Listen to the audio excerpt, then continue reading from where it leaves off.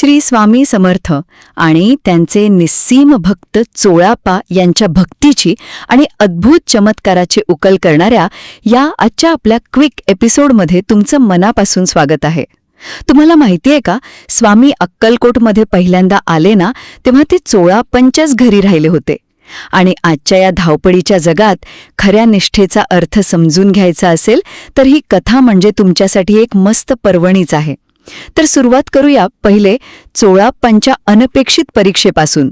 झालं असं की स्वामींनी चोळाप्पांची परीक्षा घेण्यासाठी अचानक घर सोडलं आणि ते हासापूरकडे निघाले. पण चोळाप्पा मात्र सावलीसारखे त्यांच्या मागे मागे गेले. तेव्हा स्वामी रागावून म्हणाले, "अरे, आम्ही संन्यासी आहोत, आमच्या मागे येऊ नका, तुमचा प्रपंच सांभाळा."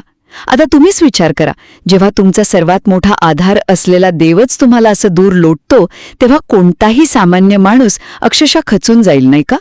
पण यातूनच समोर येते दुसरे चोळाप्पांची अढळ निष्ठा. या कठीण प्रसंगात चोळाप्पा अजिबात डगमगले नाहीत. उलट डोळ्यात पाणी आणून अत्यंत कळवळून ते म्हणाले, "महाराज, मी माझं घरदार सोडेन, पण तुमचे चरण कधीही सोडणार नाही." परीक्षेच्या या अवघड क्षणी सिद्ध झालेली हीच भक्ती पुढे एका मोठ्या चमत्काराचं कारण कशी ठरते हे पाहणं खरंच थक्क करणारं आहे.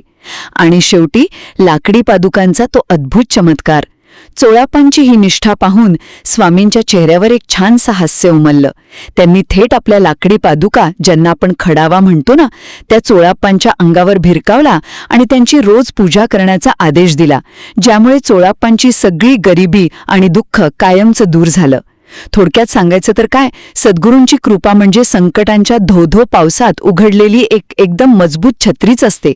म्हणूनच मित्रांनो, जर आपली ईश्वरावर आणि सद्गुरूंवर अशीच खरी आणि अटूट निष्ठा असेल तर स्वामी स्वतः खंबीरपणे आपल्या पाठीशी उभे राहून आपलं कायम रक्षण करतात.